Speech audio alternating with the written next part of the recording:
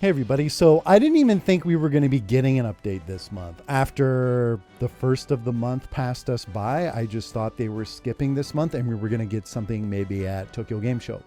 But lo and behold, we got our update here, so let's see what's going on. Hey there, heroes. We're slightly late this month as we're gearing up for Tokyo Game Show 2023. Yeah, I wonder if they're busy putting together a trailer or something. Hopefully. We hope everyone is excited for Japan's biggest video game convention as we are, but don't worry, we still have some fun tidbits to share in today's update, so let's jump in. And this update might look a little bit different because Kickstarter isn't loading, so I just kind of am zooming in on the email today if it looks a little bit off. Oh, damn. Platform selection emails. We'll be sending out emails soon for you to select your physical platform of choice for Eiyuden Chronicle 100 Heroes. The header will be Eiyuden Chronicle 100 Heroes Backer Physical Edition Reward Platform Selection Email. Due to the tight timeline, we need to receive responses by Wednesday, September 20th, 2023. Oh man, they're gearing up. It's happening. In the event that we do not receive a response, we will need to order the initial version listed on the survey. Please note this is only for physical editions, not digital. Physical editions have longer lead times, of course, so we are asking for that information now. We'll be asking for your digital edition platform choices at a later date. Development updates. Murayama's monthly development report. There are more than 100 heroes appearing in Eiyuden Chronicle 100 Heroes. 110, I believe, with the extra characters from the Kickstarter. I'm organizing the profiles for those heroes. Of course, the world of Eiyuden Chronicle is different from the real world, you know, Earth. Does a year have as many days as it does in the real world? I assume so. Do they have concepts for days of the week? Do the days of the week have the same names as they do in the real world? In our world, the concept of days in a year, days of the week, and months of the year are the result of historical trends. So naturally, those in this imaginary world should be different, right? I guess they will be in this one. But while the concept of totally original days of the week and months is pretty fascinating, it's also difficult to wrap your head around. And I'm not sure if adding explanations for each different thing is a good idea or not. Not to mention these characters will speak different languages from all over the world. Japanese, English, French, German, Chinese, etc. I wonder how that would change things. Of course, there are words and phrases in these languages that exist due to their history. So does their existence mean that there was a similar historical process in this fictional world? As a compromise in my mind, each fictional world speaks its own language, has its own customs, counting of the moon and days of the week.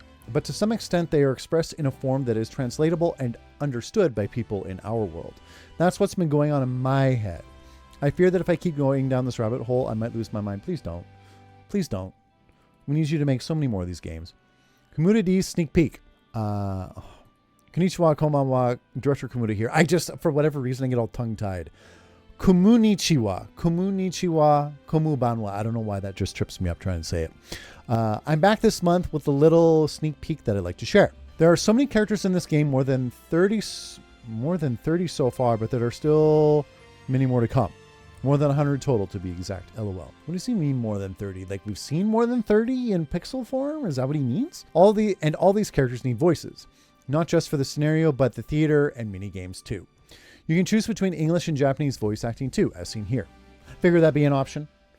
I'll have to sample the English VA before I decide if I'm going to go that way or stick with the Japanese. Myself personally, if it's a good English VA, I will go with it. But if it grinds my ears a bit, I'll immediately switch to Japanese. You can choose to have no voices too, of course, but that would be such a shame. Oh, if you want like that really classic Suikoden feel, go no voice. I want you to hear every cast member's masterful and fascinating performances at least once.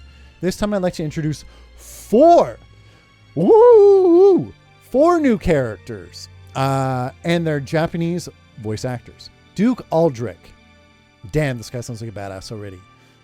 CV Joji Nakata. He's like, I'm here, bitches. What you got? What you got for me? Damn, he looks like reminds me of Victor, just in heavy plate. A knight or a lord, whatever, through and through. Love the flowing white cape behind him, too. Yeah, you just like freaking come at me, guy. Come at me. An ambitious and political military mastermind who commands a powerful faction of the Galdean Empire that is second only to the imperial families. He seeks to unlock the true essence of the rune lenses and create technology that can be used equally by all. Oh, damn. So it sounds like this guy could be, as soon as they said Empire, I'm like, oh, that guy? But if he wants to create technology for the betterment of everybody, maybe he will be an ally. Let's go to the next one. Chapel Winlart, CV Kiyosato Takaya. Okay, then. And he's got the same blue uniform as Sign does. Maybe their superior officer. Oh, I like the shoulder pauldron there. And I do like that purple on him too. Goes good with the blue. This looks like a serious guy. Maybe a tactician. Cool boots. A young Galdean general who serves Duke Aldrich. Or Dux. Dux Aldrich? Dux Aldrich. Okay, so this guy sounds like he's probably going to be an antagonist, because that we do not get a ton of information about him. Oh, Periel Grum. Yeah, we know Periel. Mea Uchida. Yeah, we know Periel. We've seen you before. The young... Oh, and we know this next character, too. Maybe he's just reintroducing characters that have their VAs now.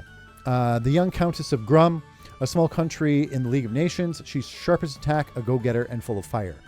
Where others mince words, Periel sharpens them for the kill, and people deride her for that lack of demureness. She'd be a lovely girl, they say, if she wasn't always braying. Isn't that just the thing with girls, too? As soon as they get an attitude, it's just they just are roasted for it.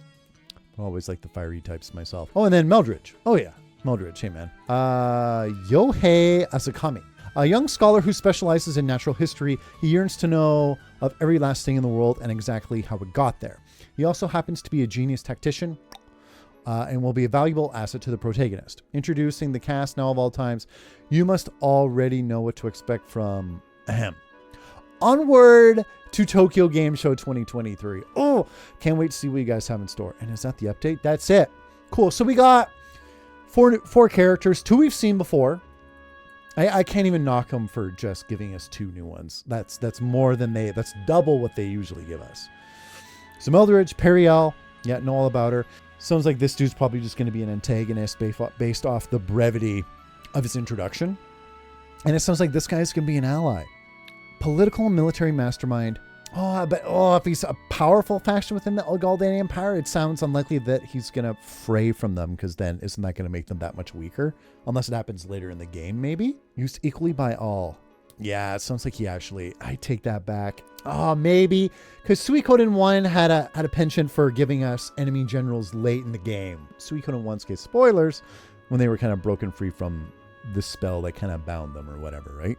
So no, we'll see. I wouldn't mind this guy as part of our group, and just based off of his description. Oh, he could be.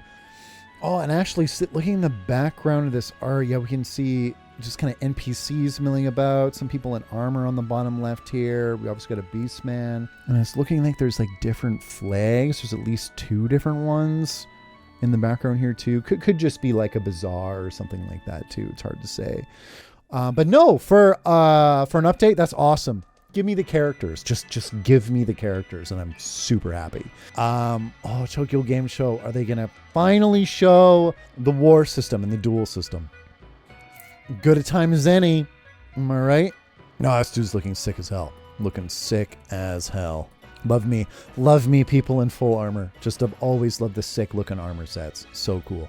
No, thanks for joining me, everybody. And those of you who check out these videos because you don't get access to the Kickstarter updates and things like that, hope you enjoyed it. And I'll see you guys probably later this month for Tokyo Game Show before the next update. And look forward to seeing you then. See you soon.